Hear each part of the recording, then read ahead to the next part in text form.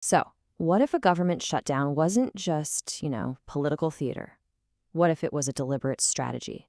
We've managed to get our hands on an exclusive intelligence report from a private security group, Aionios Vanguard. And their analysis of the current political mess is, honestly, it's pretty chilling. They're making the case that hunger is being actively weaponized, and we're about to break down exactly what they've found.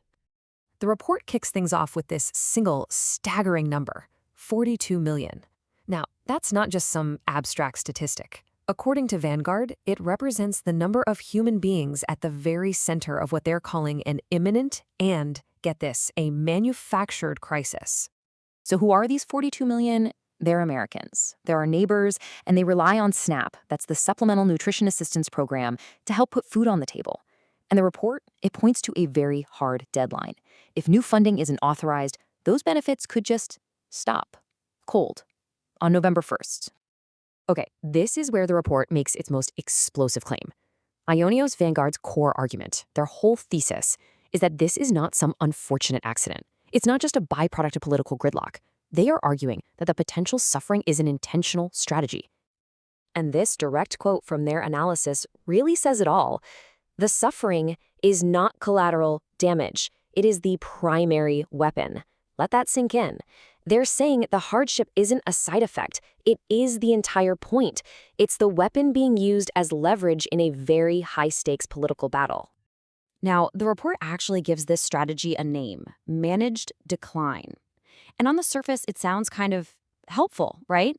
But Vanguard argues it's really a form of psychological conditioning. I mean, think about it. When the government puts out these notices telling everyone to prepare for a shutdown, they aren't just informing you. They're subtly, maybe not so subtly, shifting the burden of survival away from the system and putting it squarely on your shoulders, on the individual. So if this isn't about negotiation, then what is it? Well, Vanguard's analysis calls it a sovereignty test. This isn't about two sides trying to find some middle ground. No. It's a raw contest of wills between political factions. It's a high-stakes game of chicken to see who's going to blink first. And the playing field?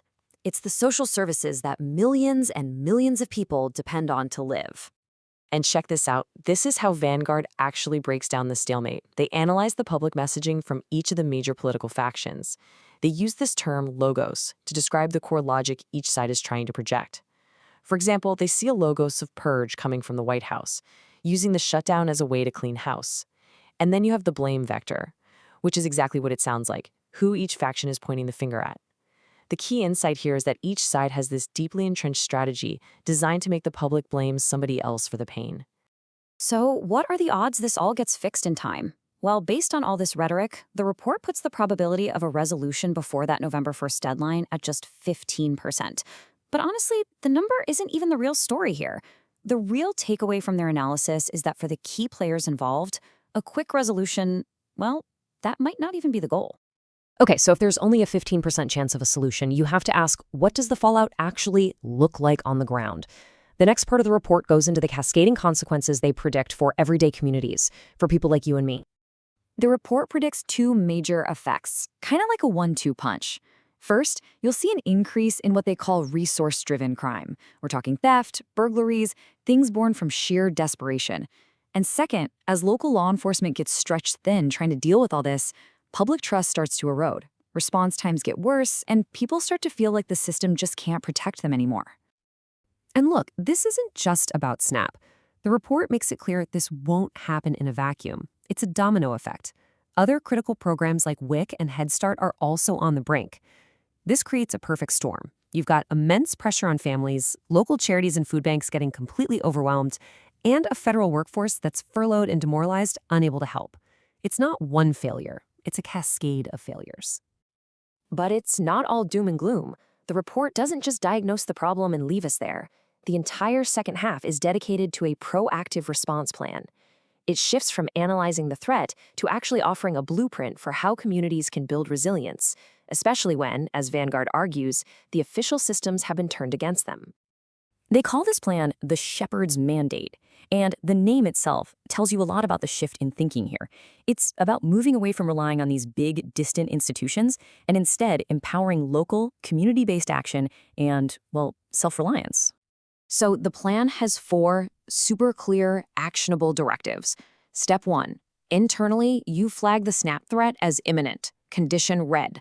2. Get clear communications out there, making sure people know exactly what's paused, like Snap, and what is still running, like WIC. 3. Get practical resource guides, like local aid directories, into people's hands. And 4, maybe the most important one, you actively control rumors with clear, factual information. And this is a fantastic example of that 4th step in action.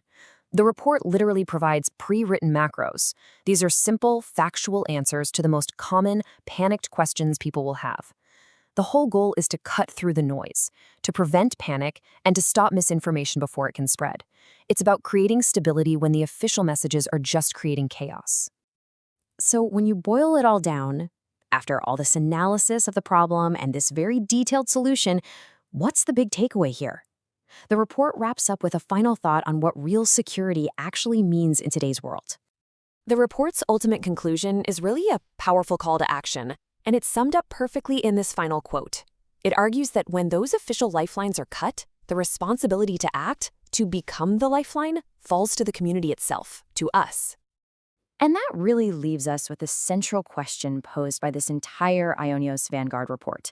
It's a question about self-reliance, it's about community, and it's about the very nature of security in an age where the systems designed to protect us can become the very tools of a conflict. It's a provocative thought for sure, and one to end on.